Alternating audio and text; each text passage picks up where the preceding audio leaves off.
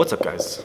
So I just had my first meeting with Jenny after she had given me my numbers, which were 3,175 calories total, 215 grams of protein, 320 grams of carbs, and 115 grams of fat. If you watched the last episode, you'll notice that prescription is a little bit lower than what I had been averaging previously. Not with my macros, but just with total calories. And within the interview, which you're about to see, you'll see why. Our first nutrition consultation, we talk about it, and you'll find out why that number is a little bit lower than what I thought I had been averaging previously. Another thing that Jenny wanted me to focus on while tracking, aside from macros, is my fiber intake and also my sleep. Those are things that I've been paying more attention to. So after getting that initial prescription from Jenny, I've averaged 3,190 calories, 217 grams of protein, 335.2 grams of carbs, 111 grams of fat, 22 grams of fiber, and I've been getting about 5.5 hours of sleep. That's an average over the last 7 days. My weight, since I've been tracking these new numbers, since I got the prescription, been tracking my weight, has averaged about 200.5 pounds. One thing that we'll look at over time is what Jenny will do with my macros, because my weight has remained pretty consistent with this macro prescription. The other thing you'll notice is that my protein is higher, my carbs are lower, and my fat is about the same as it was when I was tracking for my food logs for Jenny. Some of the main things we talk about in this first interview we do are my macros, why they are where they are, and what we're going to look at over time. We discuss nutrition coaching in general, some of the common things that happen with a nutrition coach, how to increase my fiber intake and why. We talk about improving sleep. We also cover how to track when the food that you're eating, or you go to a restaurant or something and it's not in MyFitnessPal. How can you go about tracking that? Hopefully you guys enjoy this initial consultation with Jenny and you can learn some things from it and maybe apply them to yourselves as you go about navigating your own nutrition and training. And let me know if there's any other questions or things that you guys want to focus on or learn about throughout this series. Just let me know and I'll make sure that I include it as we go. Enjoy the conversation. What's up, guys? I'm here with Jenny and we're gonna go over my first weekly phone call. It's what it typically is. It's usually over the phone. But Jenny was here at the gym today, so we decided to film it together. And this is after Jenny's given me the macro prescription, my calorie intake, everything, and I've had it for the last 3 or 4 days. Hit again. So this would be our first kind of weekly recap of how things are going, where we're at. Yeah. So on that note, how are things going? What are your thoughts on the macro prescription I gave you, which it is just an initial prescription, right? So it will be changing over time. Right. What were your thoughts when I gave you those numbers? So the numbers you gave me were 3,175 calories, right? 3,175. I think it was 215 protein, 120 grams of fat. 115, I think. 115 fat. Yep. And then 320. 320 carbs. Right. Mm-hmm. So when I very first got that, she sent me an email, ton of information, and that prescription. And initially I was like, wait a minute, like that's lower than what I've been averaging, right? And my weight hadn't changed over, 10, 15 day period or whatever. And then I realized why that happened today. And it's because when I turned in my food logs to Jenny originally, there were a few days that I included that were not complete. Right. And so she ran my numbers, she had my averages, and you guys saw in the last video, what I had calculated my averages to be, which was like almost 3,400 in total calories.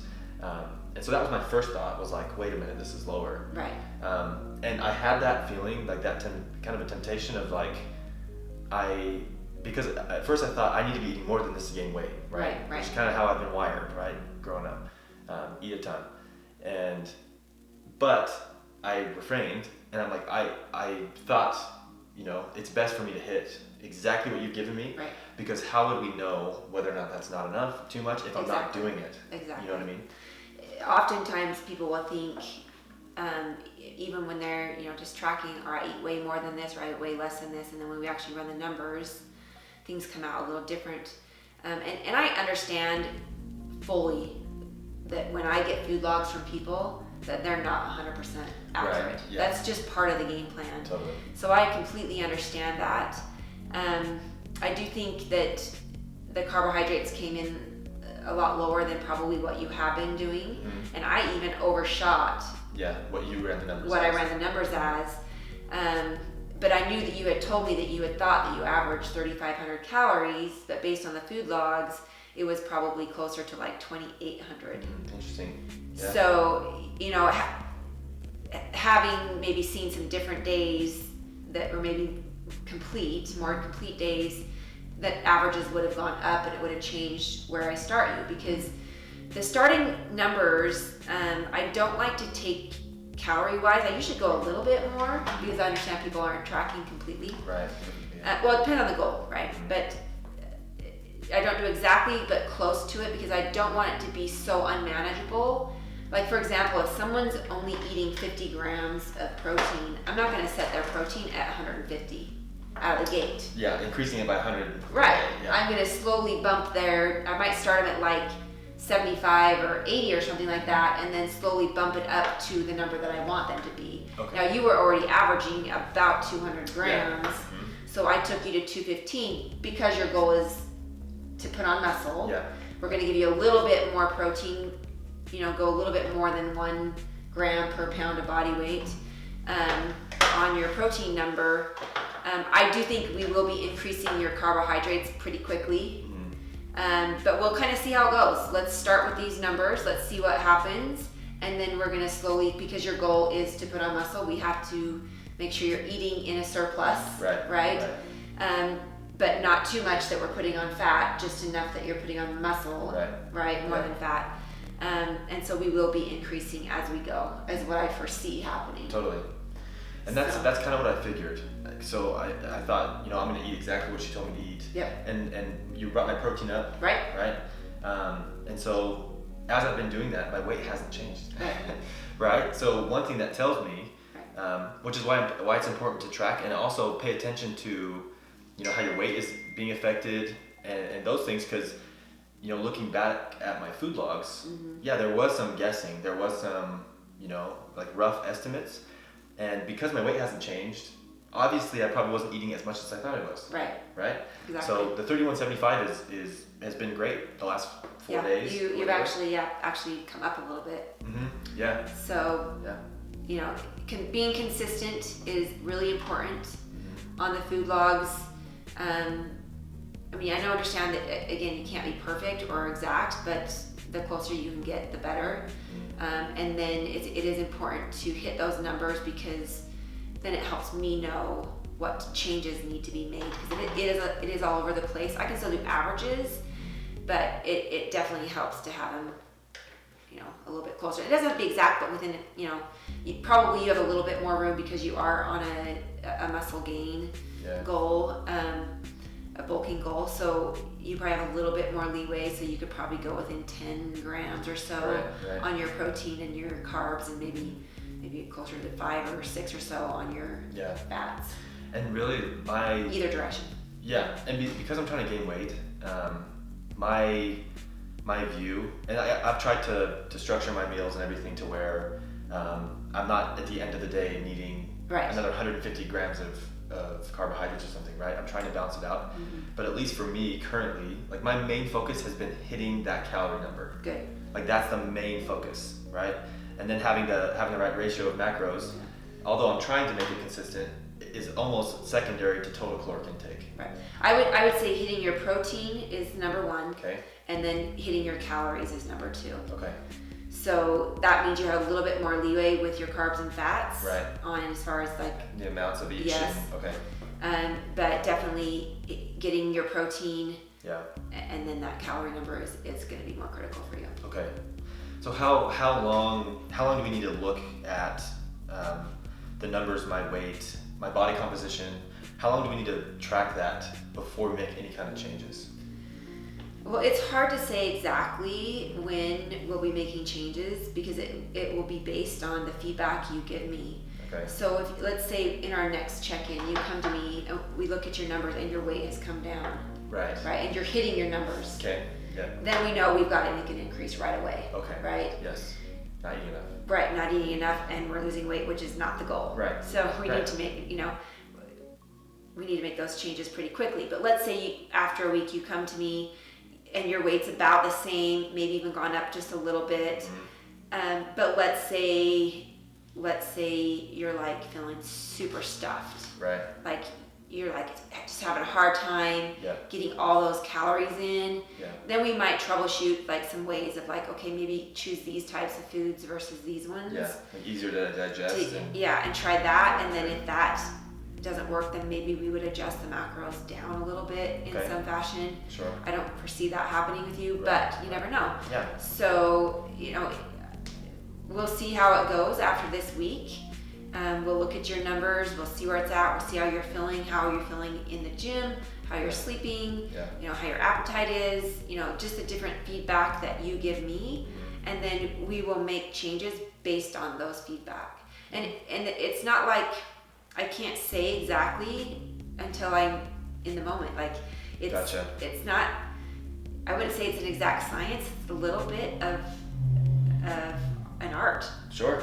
No, I understand that. I understand that, yeah. It's like just kind of with everything that you're giving me and then kind of how I feel and how you feel, like I'm not going to make changes for people if they're like, no way. Like lots of times I'll be like, are you comfortable with that change? Right. Or what would you like to do? I'll ask them and I'll say, well, you're the coach, you make the change. I'm like, well, I'm not going to do anything if you're not comfortable with it.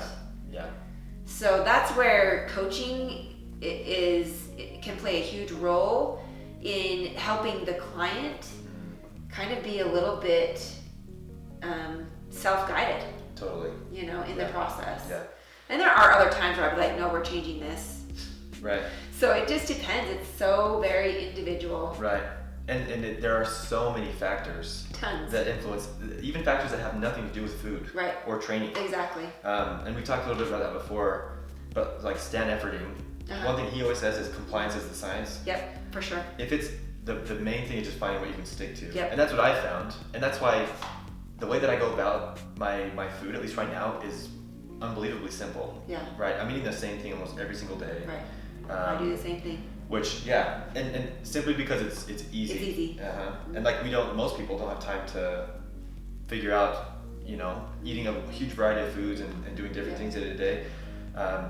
So that's what's been working for me. Good. The one thing I've struggled with though, is I noticed, and it's gotten a little bit better, but my fiber intake hasn't been great. I know you want me to eat about 35 grams of fiber per day. I was in the high teens, I think, and then maybe the low 20s. Yeah.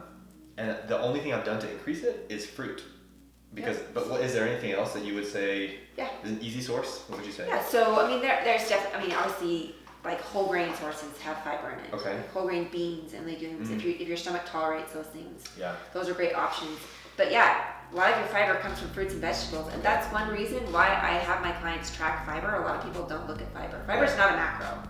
No. But it's something that I like my clients to track because it tells me a little bit about their food quality. Totally. Right? If they're eating higher quality foods or not. Yeah. Also, fiber is huge to help with gut health and with the digestion of your food. So it's really important that we're consuming enough fiber. Yeah. So it is important. So a lot of people don't eat enough, but you could, fruits or vegetables, different types, like raspberries. Okay. Raspberries are a huge fiber-dense food. Yeah. Even like pears, broccoli, Brussels sprouts, apples, like sweet potatoes. Those all have, especially if you eat the pill, you're going to get a good amount of fiber from those foods. Gotcha. There are also like high fiber, low carb tortillas. Okay, totally. Right. They have a lot of fiber. Like there's like 10 or 11 grams per tortilla. Good luck getting that through. Oatmeal is another great source of fiber too. Yeah. So there are some other options out there besides fruits and vegetables, but try to consume a lot of fruits and vegetables. I don't recommend doing a fiber supplement. Let's eat like a bed of fiber or something? Yes, let's eat whole foods. Yeah. Let's get our fiber from real foods. Natural food. Okay. It's gonna be better. It's gonna digest it better, and it's just all the nutrients that come with it, right? Yeah, and as we're talking about it, I think the easiest thing for me to do probably would be to, more vegetables. Yeah. So like this, I showed Jenny this earlier, but this is something that I've been doing, but I use a thermos, and I prep food the night before. I heated it up this morning and put it in here. And so I have, which is genius. It's just meal prep, right? I'm able to prep my food and just, it's hot all day. I can pull it out and eat it, but I've got rice and bison in here. So like great protein, great carb. I have some bone broth, but I could so easily I could put Brussels sprouts in this. Totally. I could do spinach, those kinds of things. Because right now, cabbage. Really the only thing I'm doing for vegetables is I do a lot of spinach, but it's in my morning shake and my night shake, and that's really it. But I should be getting it with my meals, and it wouldn't be hard. Just gotta chuck it in there. Yeah, the goal is protein and vegetables with every meal. Protein and veggies with every meal. Yeah. Just try and get it in. Even if you just brought a baggie of carrots or something, or an apple, or something that you could add with it. Just to get some more fiber. So that I'll focus on that this week then. I'll try to, with these kinds of meals, I'll get vegetables in there. Good. So get your fiber up to 35 or more. 35. Okay. I like that. If I don't, what happens? And along with that, lots of water. Okay. Yeah. I mean, nothing's gonna happen. You're not gonna die. I know. You won't be mad, right? No, definitely won't be mad. Okay. But just, again, we'll troubleshoot it. Ways to get more into your diet. Okay. Yeah. Awesome.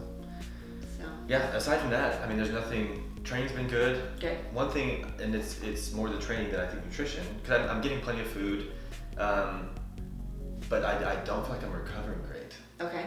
I've been super sore, and we've been training. Like it makes sense that I'm sore just based on how we're training. Right. And I think probably, and you told me this before, but my sleep needs to be better. Sleep. That's one thing I noticed on your intake. Sleep is terrible. You said you get about 6 hours of sleep a night. So I would love to see that come up a little bit, get closer to 7 to 8 hours of sleep a night if you can, which means you gotta get to bed a little earlier because you can't get up any later. You've got work. So trying to get to bed around 9 o'clock or so, at least getting into bed and doing that. Maybe doing a little bit more stretching, making sure you're drinking enough water. You could add some glutamine into your post-workout shake. That can help sometimes with soreness. Even some BCAA sometimes can help with that if you're not supplementing with that. So you could try a few different things and see what works for you. But getting enough carbohydrates is big too. Yeah, getting enough carbs. And sleeping enough. What do you think about naps? So if I were to get maybe 5 hours of sleep one night or something or less, I mean, would a nap help make up for that, you think? It's better than nothing for sure. Okay. But ideally, you'd like to get it at night. But if you can get a little nap in there, do it. If you're able to. Yeah. Oh, I'm able to. Yeah. Make it happen. I'll make it happen. Even on your desk. Yes. I'll knock out on my desk. Cool. So any other questions or anything that kind of came up? No. Okay. I guess the main things I've realized is that I need to be as accurate as possible with tracking. Yes. And I know there are situations like this week where you have to estimate. Yeah, so we went to Super Chicks. Yeah. Have you heard of that place? No. Okay, so it's like a new chicken sandwich type place. Okay. And I went there and they had a thing called a crispy avocado. Okay. But it's basically like it's like a butter bun with it was a half of an avocado with Gouda. Oh wow. And deep fried. Oh wow. So that was the worst thing I did this whole week. A lot of fat. And that's exactly. A lot of fat. So yeah, and there was no way to track it. So it wasn't in there. So I just broke down the component parts and did my best to put it in. Yep. And I made sure I didn't eat any other fat the rest of the day because I know I probably ate more than I should have. Yep, that's exactly what you gotta do. Yeah, anyway. And just overestimate on that a little bit. Yeah. I mean, you basically just have to do it individual. So half an avocado, a slice of cheese, your breads, I can just add them individually. Yeah. Or you can find something in the app that's similar. Right. Right, that looks similar, looking at it, that the macro breakdown looks about right. Just kind of guessing. Just guesstimate and do the best you can. Yeah. That was the only thing I couldn't track all week. Okay. So. That's not bad. One thing. I'll do better. I'm So and that's life. I mean, you have to figure out how to make this work in your life. Right. So if you let that prevent you or discourage you from tracking, then we need to rework the thought process there, right? And just say it's okay. I mean, ideally, yes, we want to be as accurate as possible, but in real life, we're probably not going to be taking our scale with us to the restaurants. Yeah. So as you do this, you will get better at guesstimating. Because one thing I like to say is when you're home and you have a scale, try and pre-guess. Train your brain to guess. Before you put it on the scale, okay, that's about, I don't know, 150 grams of chicken. I'm gonna guess. Yeah. Put it on the scale and see what it is. See how close you are. It's a skill, right? So you're training yourself to learn how to guesstimate. I'm at the point I've been doing this so long, I can guess pretty close. Like you can go out to eat anywhere. Yes. You have a good idea. And I have a really good idea of about where I am. But it's taken me a lot of time to get there. Yeah, experience. So, Can't trade it. you know, in the meantime, you can do some stuff at home to kind of practice, but then, you know, you go out, just guesstimate the best you can. Right. Get something in there, even if it's not 100%, but don't just be like, oh, if I can't track it and be perfect, then forget it. I'm not going to track it. Like, at least get something in there. Right. So you have something. Yeah, and based on the food logs thing, right? Turning food logs in, it's extremely important, and this is why I did my best to track the thing that wasn't even in MyFitnessPal. Because if you don't have information, how can you help me? Exactly. Or if you have bad information, right. It just messes everything up. Right. So it's my job to provide you the best information I can. Exactly. So you can coach me. Yeah. Right. Yeah. So. Yeah. Okay. Okay. Well, I appreciate everything you're doing. Yeah. And I'll go through this week. The main things I'll focus on are getting vegetables with every meal, right? Protein, vegetables in every meal. Get your fiber up. I do protein. Get my fiber up to 35 grams. And sleep more. And sleep more. So maybe those will be my 3 things I'll focus on this week, and I think Okay. that'll make a huge difference. Yep. So. Awesome. Okay. Thank you, Jenny. Okay. Guys, I hope you enjoyed that conversation with Jenny. So the key takeaways: I need to focus on getting better sleep. I need to increase my fiber intake, and then we really need to look at my weight over this next week. I'm going to keep my same macros that I've had, but we're going to keep an eye on my weight and see if anything changes. If not, I'm sure we'll increase them. So this week, my body fat percentage has stayed pretty much the same, 13%, and these are my progress pictures after 1 week out. You'll notice they're almost identical to the old ones, which over a week time, you know, pretty normal. I don't expect much to be different after 1 week. So I'll do better at keeping you guys updated on how I'm exercising, what I'm doing for my training, because it's the training and nutrition coupled together that get real results. I think one without the other is lacking, right? Obviously both are extremely important, depending on what your goals are. I'll make sure I make more videos, you know, put some more content out, talking about my exercising specifically, and then hopefully that kind of paints a picture of why my body's changing, how it is going to change, why my weight's doing what it is, and those kinds of things. So again, let me know if you have any questions about anything. Really, the whole purpose of this thing is to kind of give you an inside look at how I'm going about my nutrition, my training, you know, as a fitness professional, working with another fitness professional who is Jenny, on trying to reach, you know, health, physical, body composition goals, right? Which a lot of us have, but it's hard to know, you know, what do I do? There's a lot of different avenues, a lot of ways to go. So hopefully you can learn something from this. Stay tuned, and we'll be back soon.